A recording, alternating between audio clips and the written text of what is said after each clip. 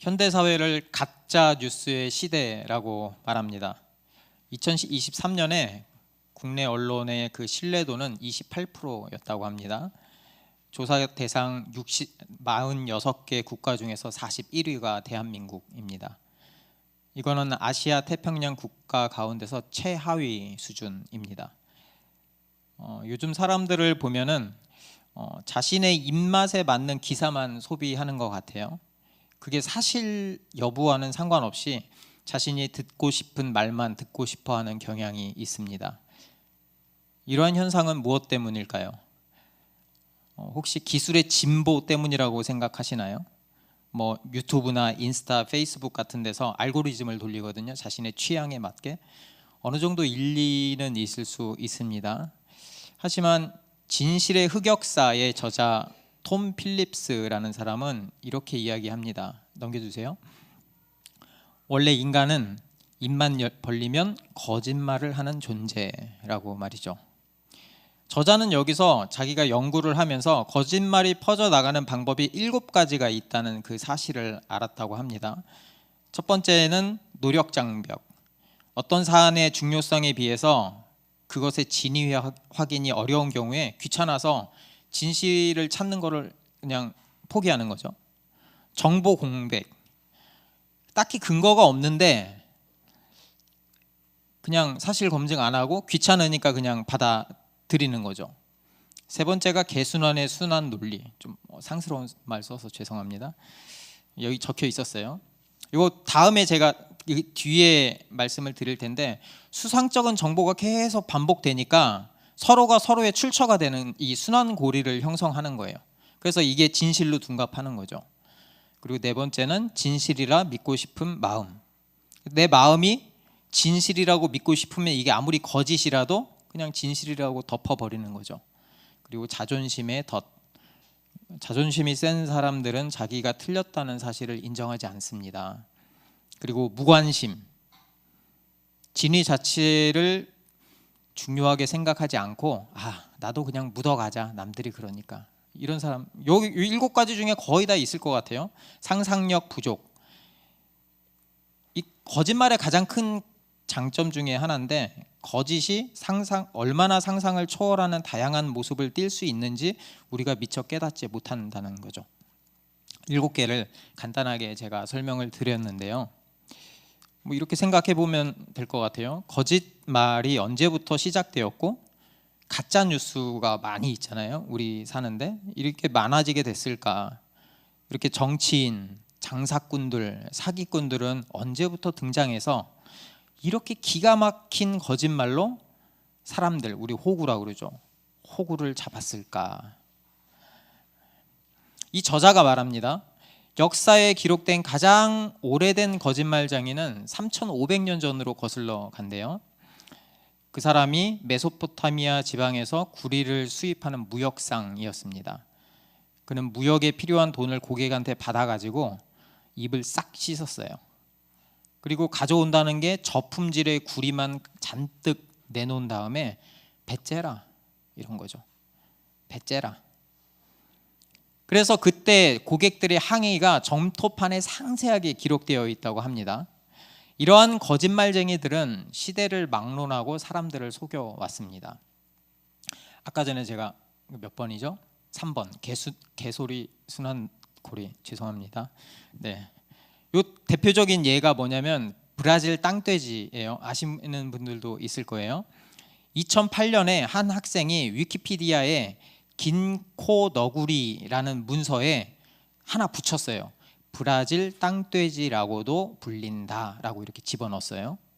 그 이후에 어떤 일이 생겼냐면 타임지와 내셔널 지오그래픽 같은 유명한 언론들까지도 긴 코 너구리를 브라질 땅돼지로 당연하다는 듯이 소개를 했습니다. 이 책이 말하는 바는 뭐냐면 우리는 우리가 생각하는 것보다 더 거짓에 취약하다는 거예요. 우리는 거짓을 알고 진실만을 추구하면서 살아가는 사람인 것 같은데 실제로는 아니라는 거죠. 저자는 또 이야기합니다. 우리는 하루에 평균 6번 이상은 거짓말을 일삼는다고 말합니다. 여러분, 한번 생각해 보세요. 하루에 몇 번 거짓말 하나? 저도 이거 이상 하는 것 같아요. 네. 거짓은 의도적인 거일 수도 있고, 아니면 자신이 거짓말하는 줄도 모르고 하는 헛소리일 수도 있고요. 때로는 침묵하면서 거짓말을 할 수도 있습니다. 왜냐하면 상대방이 무슨 말을 할 때 이게 거짓말인지 알아. 근데 내버려 두는 거죠. 입을 닫는 거죠. 이것도 거짓말입니다. 그래서 때로는 자기의 이득을 위해서, 때로는 자존심 때문에 거짓말은 꽤나 질긴 생명력을 갖고 오늘날까지 이어져 왔습니다. 그래서 우리는 거짓말이 둘러싸인 이 환경에서 때로는 생산자로, 때로는 소비자로 살아가고 있는 거죠. 그런 에베소 성도들에게 바울이 이야기합니다. 25절입니다. 그런즉 거짓을 버리고, 여기서 거짓을 버리라의 더 정확한 뜻은 거짓말을 하지 말라라는 뜻입니다. 실제 우리의 삶을 보면 거짓말과의 전쟁 중입니다. 이 거짓말은 굉장히 실질적이고요, 치명적이죠. 왜냐하면 이 거짓말에는 쉽게 우리가 중독될 수 있고, 한번 중독되면 빠져나오기가 힘들기 때문입니다. 그래서 바울은 교회가 가장 먼저 해야 할 일이 거짓말을 버리는 것이다 라고 말하는 거죠. 왜냐하면 그리스도인과 세상을 가장 극명하게 대조하는 단어가 바로 거짓말이기 때문입니다. 하지만 그게 쉽나요? 쉽지 않죠, 그렇죠? 저는 밥 먹듯이, 아니요, 밥 먹는 것보다 많이 거짓말을 하는 것 같아요. 제가 이거 하면서 한번 헤아려 봤어요. 그러면서 곰곰이 한번 생각해 봤습니다. 내가 사회생활을 하면서 가장 많이 하는 거짓말이 뭘까 생각해 봤더니 이런 말이 있더라고요. 나중에 차 한잔 합시다. 나중에 밥 한 끼 해요. 약속한 사람 엄청 많거든요. 실제로 밥 먹은 사람 거의 없어요.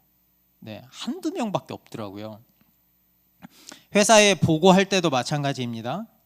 이때도 약간의 치팅이 필요합니다. 보고할 때 사실은 사실인데 내가 어필하고 싶은 부분은 조금 더 강조해요. 반복적으로 이 장표에 적어 넣습니다. 또 약점이 될 만한 거는 굳이 언급하지 않습니다. 여러분 해보셨어요? 레포트 쓸 때도 해보셨죠? 자영업 하시는 분들은 이런 위험에 더 직접적으로 노출되어 있을 것 같아요. 이 피말리는 야생이잖아요. 야생의 경쟁 속에서 거짓말은 어쩌면 일상이죠. 자기의 이익을 위해서 장부의 금액을 가감하거나 아니면 용도 변경을 해서 이렇게 쓰거나, 이게 서로 뻔히 거짓말을 하지만 관례처럼 이렇게 지나가는 거죠. 왜냐하면 이런 마음이 있는 거죠. 우리 마음 안에 일단 살아남아야 뭐 교회 생활을 하든 헌금을 하든 봉사활동을 하든 할 거 아니야. 이렇게 자기 합리화를 하는 거죠. 교회에서 가장 많이 하는 거짓말이 뭘까 생각해 봤습니다. 여러분 뭐인 것 같아요? 여러분 거짓말. 저는 이 말입니다. 기도하겠습니다. 이게 무슨 말만 나오면 뭔가 기계적으로 기도하겠습니다 라고 말한 것 같아요.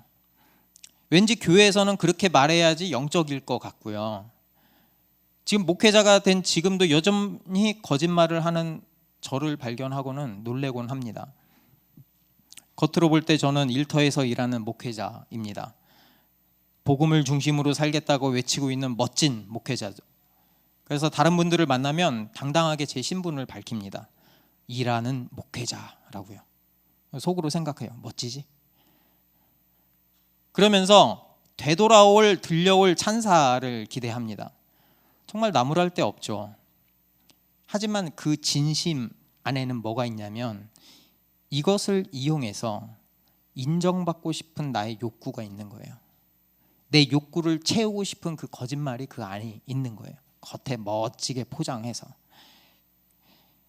목회를 시작하면서 가장 힘든 것 중에 하나가 바로 거짓말과의 싸움입니다. 우리의 삶 가운데 거짓말이 직접적으로 저와 아주 빈번하게 마주치기 때문이죠. 그래서 질문을 이렇게 해요. 나는 그리스도인답게 살고 있는가? 다른 말로 하면 나는 진실되게 살고 있는가? 그 질문에 네 라고 자신 있게 답을 못 하겠어요. 그래서 종종 이렇게 질문해요. 힘들잖아요. 이런 고민을 하고 살다 보면.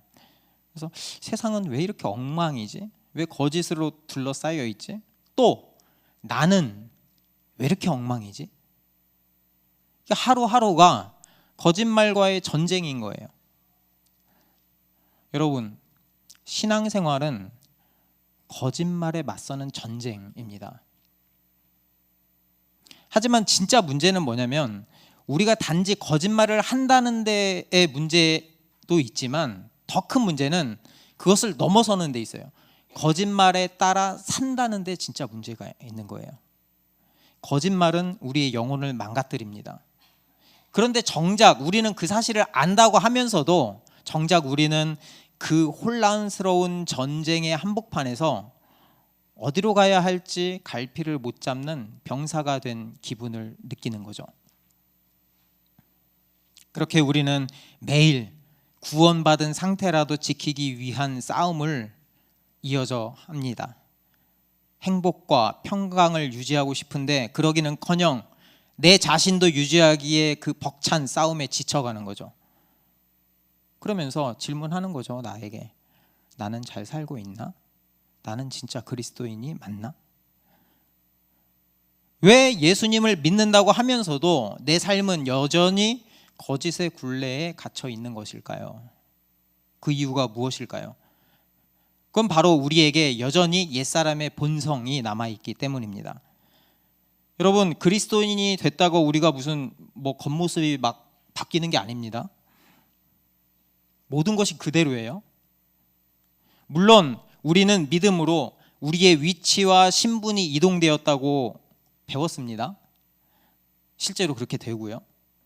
그래서 이방인에서 하나님 나라의 백성으로, 절망 가운데 홀로 떨어진 고아에서 하나님 나라의 모든 복을 상속받는 상속자가 되었습니다. 그런데 우리의 피부도, 우리의 장기도, 우리의 뇌세포도 그대로예요. 그대로. 그러니까 겉으로 보면 바뀐 건 하나도 없어요. 우리의 옛 본성도 그대로 남아있어요. 우리 육체가 있기 때문에. 그 중에 첫 번째가 거짓말하는 습관이에요. 바울은 우리의 삶 가운데 뿌리 박힌 이 거짓말을 뽑아 버려야 된다고 말하고 있습니다. 왜 이렇게 바울은 강력하게 거짓말을 하면 안 된다고 말하고 있을까요? 왜냐하면 거짓의 본질이 바로 사탄이기 때문입니다. 사탄은 거짓으로 우리를 유혹합니다. 정말 사람이 지은 첫 번째 죄가 바로 거짓말이죠. 그렇죠? 우리가 이렇게 된 거, 이렇게 힘들게 살고 있는 그 결과가 거짓말 때문이죠. 그렇죠? 고린도후서 11장 3절을 보면 바울이 이렇게 이야기합니다.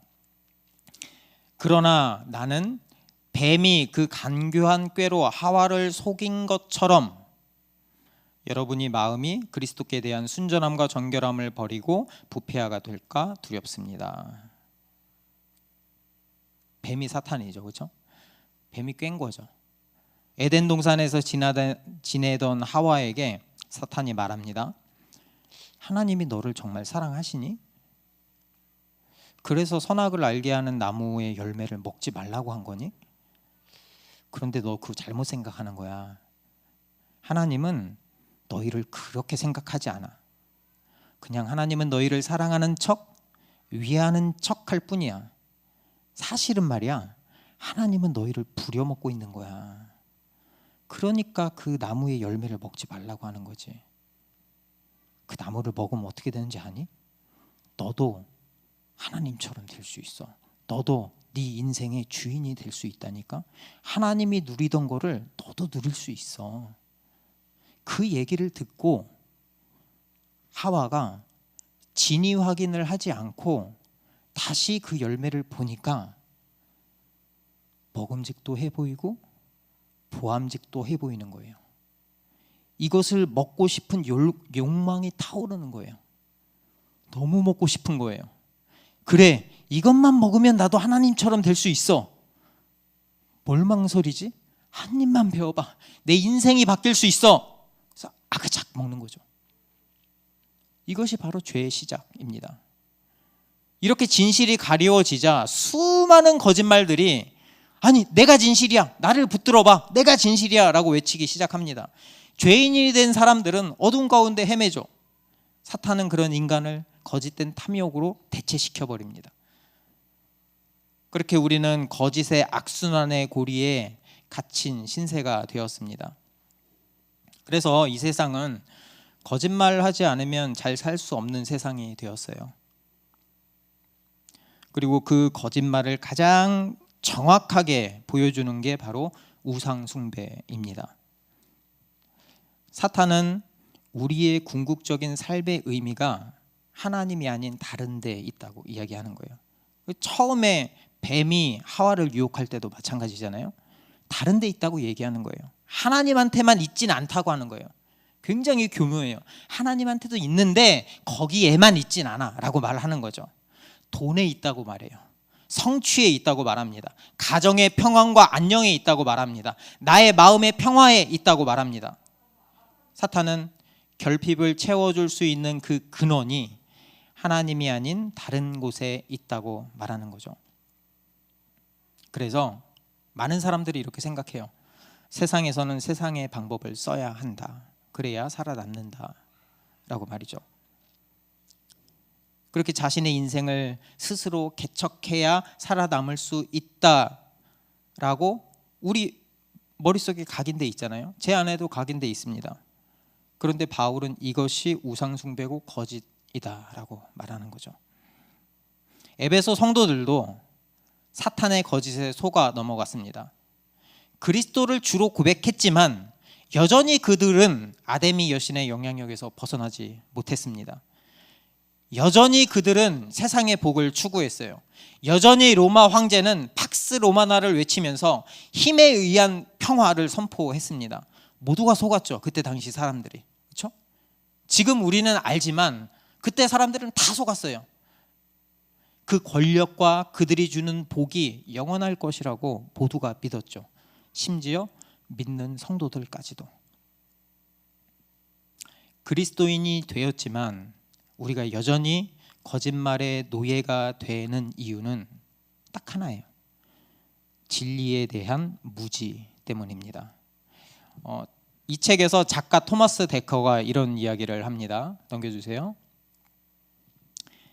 진실은 아버지를 하나만 두었으나 거짓말은 수천 명의 사내가 낳는 사생아로서 여기저기 곳곳에서 태어난다.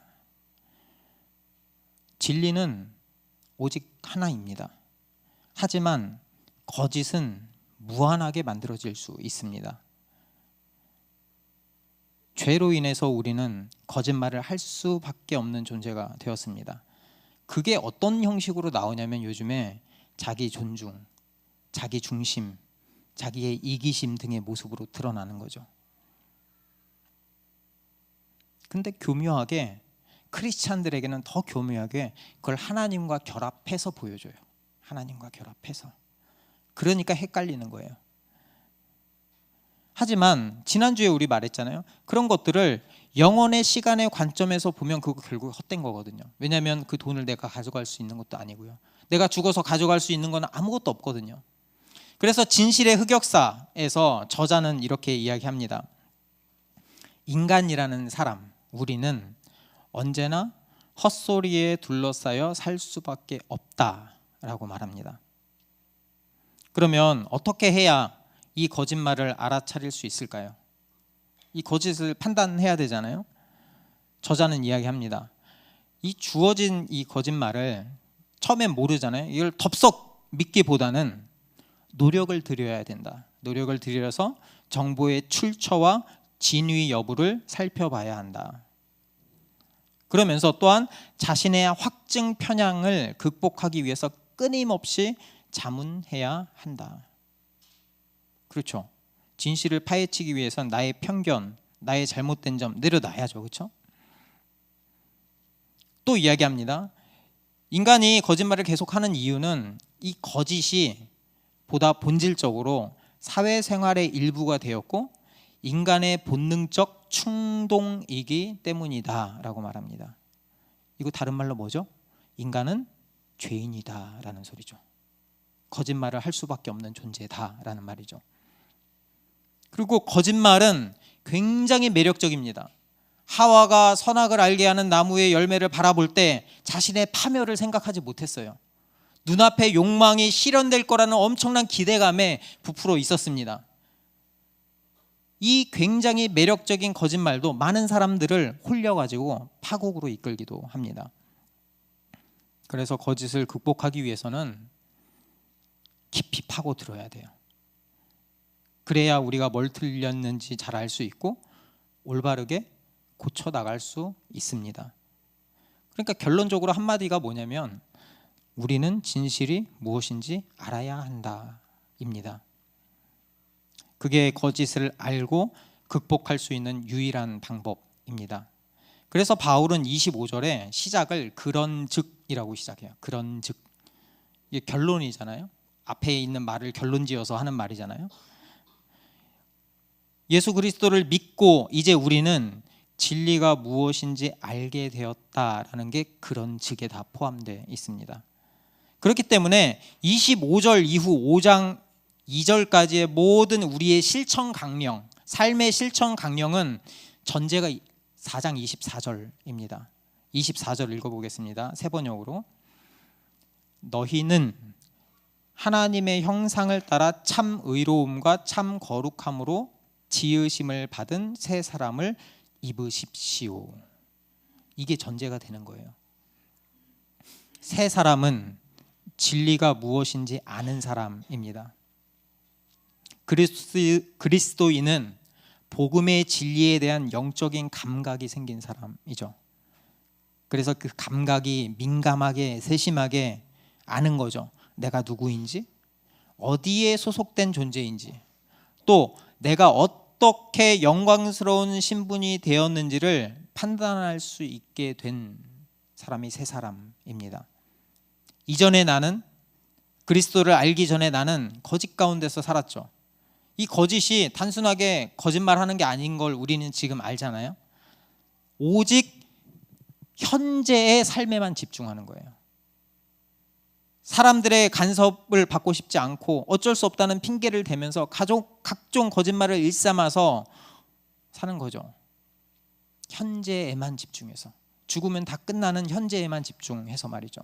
정말 솔직히 제가 제 자신한테 한번 질문해봤어요. 나는 왜 거짓말을 할까? 왜 이런저런 핑계, 자기 합리화를 하면서 거짓말을 멈추지 않을까? 제 욕심 때문인 것 같아요.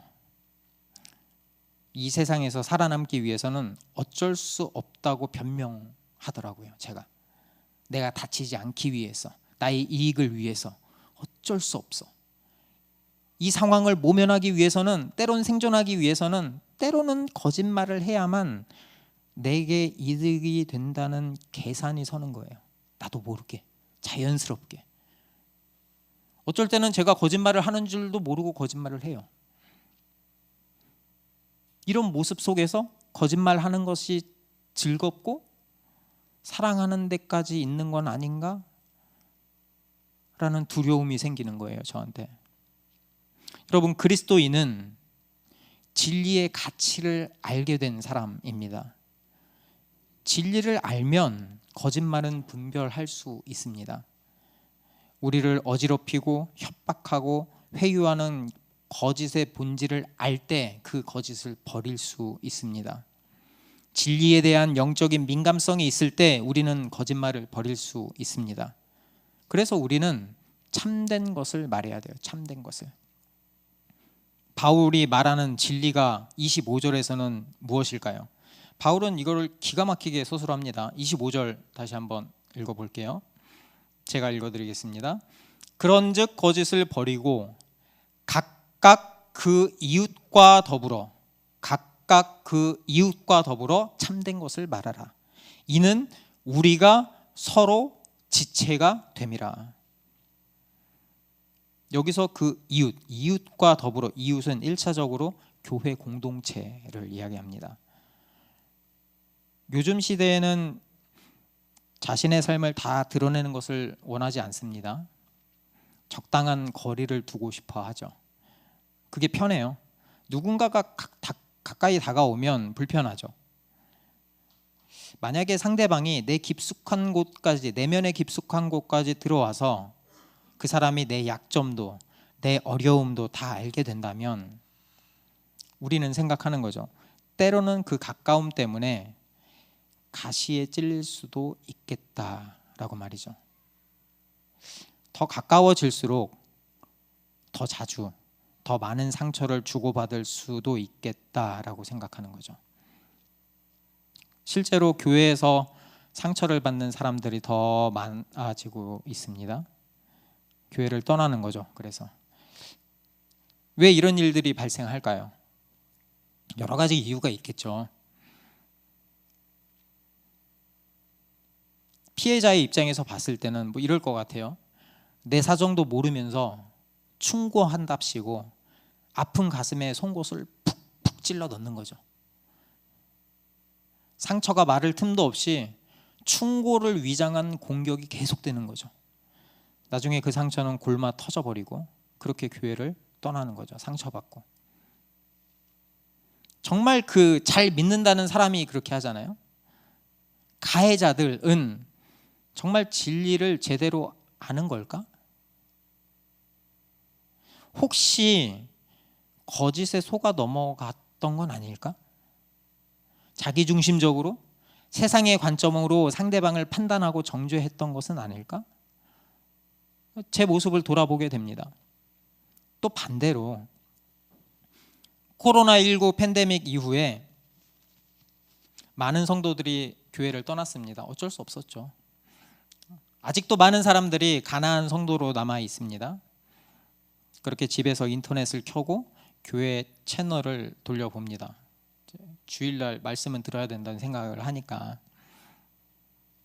그래서 그러면은 국내 탑티어 목사님들의 설교를 골라 듣습니다. 아주 유능한 목사님들 설교를 듣습니다. 누가 하나 나를 귀찮게 하지 않아요. 그냥 마음에 안 들면 채널을 돌려버리면 그만이에요. 다른 목사님 설교 들으면 되죠. 여러분, 가난한 성도들 역시 진리를 올바르게 안다고 말하기 힘듭니다. 왜냐하면 교회는 개인이기 전에 공동체이기 때문입니다. 그러니까 나 홀로 성도는 교회가 아니에요. 성도들과 관계를 맺지 않는 교회는 개념 자체가 성립되질 않아요, 여러분. 또 한번 알아볼까요? 대한민국에 그렇게 이단이 많다고 합니다. 대표적인 이단이 신천지 하나님의 교회, 성경을 사용합니다. 성경. 그들은 그 성경을 이용해서 그들의 구원자가 결국 이만희 안상홍으로 귀결시킵니다. 예수 그리스도가 아니라. 참 신기하게도 너무 바보 같은 거잖아요. 그런데 정말 똑똑하고 신앙에 열심인 사람들이 넘어가요. 그런 사람들이 넘어가요. 다른 이단들도 매 한 가지입니다. 그래서 거기서 넘어가지 않기 위해서 우리 정통 교단들이 엄청 노력하죠. 성경을 잘 가르치고 교리를 가르치고. 그래서 이단이 우리 교회에 발도 들이지 못하게 하겠다는 그 신념을 가지고 교육을 하고 훈련을 합니다. 근데 여러분, 조심스럽지만 이 지식만으로는 진리를 온전하게 드러낼 수 없습니다. 그러니까 지식이 잘못됐다는 게 아니고 지식에서 더 나아가야 된다는 말을 하는 겁니다. 이 지식의 날카로움만 있다면 우리에게 그것은 오히려 사람을 찌르는 칼이 될 수가 있죠. 그래서 우리는 그 지식의 차원을 넘는 알미 있어야 돼요. 그 지식이 머리에만 있는 게 아니고 가슴 속으로 내려와야 돼요. 그 진리가 자신의 삶으로 드러나는 데까지 가야 합니다. 우리가 진리를 아는 능력이 있어야 거짓을 분별할 수 있다고 했잖아요. 아주 쉽게 예를 들면 이런 거예요. 저희 초등학교 아이들한테 항상 예로 들면서 설명하는 건데 이런 거죠. 3살 정도 되는 아이에게 5만 원과 사탕을 놓고 하나를 고르라고 하면 3살 정도 되는 아이는 백발백중 사탕을 고릅니다. 그 돈의 가치를 모르기 때문이에요. 눈앞에 보이는 거, 먹고 싶은 거 고르는 거죠. 그래서 사탕에만 손이 들어가요. 근데 초등학교만 돼도 당연히 5만 원을 고릅니다. 왜죠? 5만 원이면 사탕 수십 개 살 수 있거든요. 가치가 다른 거예요. 우리의 삶을 돌아보시죠. 우리가 지금 행하고 삶을 영위하는 이 모든 것들이 영원의 시간의 관점에서 볼 때 가치가 있는 행동인가요? 여러분의 행동이? 저의 행동이? 우리는 정말 거짓말을 버리고 참된 말을 하면서 살아가야 합니다. 왜냐하면 교회는 하나님을 안다고 할 수 있는 존재이기 때문이죠. 진리를 안다라고 할 수 있는 존재이기 때문이죠. 하나님과 교제하고 하나님의 허락하신 평안을 누릴 수 있는 공동체, 진리를 누릴 수 있는 공동체가 바로 교회이기 때문입니다. 그래서 사도 요한은 요한 1서 2장 4절에서 이렇게 이야기해요. 만일 우리가 하나님을 안다고 하면서도 하나님의 계명을 지키지 않으면 거짓말쟁이라고, 진리가 그 사람 안에 없다고 이야기합니다. 여러분, 빛 가운데 사는 것과 어둠 가운데 걷는 것은 동시에 할 수가 없어요. 빛이던가 어둠이던가 둘 중에 하나예요. 근데 우리가 교회를 다니면서 빛 가운데 있다고 하면서 세상의 거짓말을 그대로 답습하면서 살아가잖아요. 두 개 같이 가려고 하잖아요. 그건 어둠이에요. 빛이 아니고. 그래서 바울이 에베소 성도들에게 외치는 거예요. 거짓을 그만두고 각각 이웃으로 더불어 참된 것을 말하라고. 만약에 너희가 그렇지 않으면 너희도 아직도 마귀의 손아귀에 있다는 거라고 말하는 겁니다. 우리는 한 주님, 한 믿음, 한 세례, 한 몸, 한 성령, 한 부르심의 소망으로 하나 된 교회입니다. 교회는요, 마치 모든 지체들이 머리에 연합되어서 서로 꼭 맞게 결합되어 있는 몸과 같습니다. 그러니까 한 몸은 한 머리에 연합되어 있고 같은 피를 공급받는 거죠. 그렇죠? 이게 상식이잖아요. 그렇죠? 실제로 교회는 하나의 몸이에요. 그게 진리예요. 그게. 그런데 거짓말은 이 하나의 진리를 파괴합니다. 바울은 여기서 지금 교회로서의 삶에 비추어서 모든 것을 지금 설명하고 있거든요. 그러니까 아까 전에 이웃이라고 했잖아요. 우리는 서로 간의 지체예요. 한 몸이에요. 만일 여러분이 서로 각 지체 간에 거짓말을 한다면 그럼 여러분은 스스로를 해롭게 하는 거예요. 상처 주는 거예요. 만약에 여러분은 이 한 몸에서 독립적인 존재라고 생각하는데 몸에서 독립적인 게 어디 있어요? 없죠. 그렇죠? 서로 상호 연결되어 있고 상호 의존적이죠. 교회도 마찬가지입니다. 독립적인 가나안 성도라는 건 없어요. 나 홀로 신앙생활 이런 교회는 없어요. 이런 거짓말은 마치 내 눈이 내 손한테 이렇게 이야기하는 거예요. 뜨거운 다리미를 보고 있으면서도 눈이 손에게 명령을 내리는 거죠. 야, 저건 뜨겁지 않아. 그래서 손이 다리미를 딱 만지면 화상을 입잖아요. 그럼 눈이 다친다고 하나요? 손이 다친다고 하지만 결과적으로는 몸이 다치는 거죠. 그렇죠? 우리가 연합되어 있기 때문이에요. 거짓은 우리를 망치고 상처를 줍니다. 우리가 이렇게 거짓말을 한다면, 거짓의 가치관에 사로잡혀 있다면 진실된 관계가 이루어질 수 없습니다. 상호 관계라는 거는 상호 신뢰를 기반으로 하잖아요. 서로에 대한 믿음이 있어야 자신의 진짜 모습을 오픈할 수 있는 거죠. 그게 한 몸이고 한 가족이죠. 진실됨이 사라진 사람은 교회를 다니면서도 냉소적이에요. 비판적이 돼요. 부정적이 돼요. 결국 그들이 가는 삶의 종착점이 뭐냐면 교회의 한몸됨, 통일성을 흐트러뜨려 버리는 겁니다. 그런 몸은 정상이라고 할 수 없죠. 그렇죠? 상처받은 거죠. 여러분, 여기서 한 절에서 하는 그 진리 가운데 가장 중요한 것이 뭐냐면 진리는 개인적이지 않다는 거예요. 공동체적이라는 거예요. 우리는 그리스도와 함께 한 몸이 된 거죠. 그게 진리예요. 우리 지난번에도 한번 설교 때 말씀드렸잖아요. 교회는 마치 건물의 하나하나의 벽돌 같아요. 우리가 하나하나의 벽돌인 거죠. 그 건물에 모퉁이 돌이 예수 그리스도고, 그러니까 거기서 거짓말을 한다는 행위는 마치 벽돌이 건물에서 이탈하는 거예요. 이렇게 서로 얽혀 있는 그 벽돌이 하나가 딱 잘못되는 순간 어쩌면 건물 전체도 무너질 수 있습니다. 우리는 진실된 말을 해야 합니다. 어떻게 해야 될까? 예수님이 이렇게 말씀하셨어요. 율법 교사가 예수님을 시험하려고 질문할 때 예수님이 이렇게 말씀하십니다. 마태복음 22장 36절에서 39절.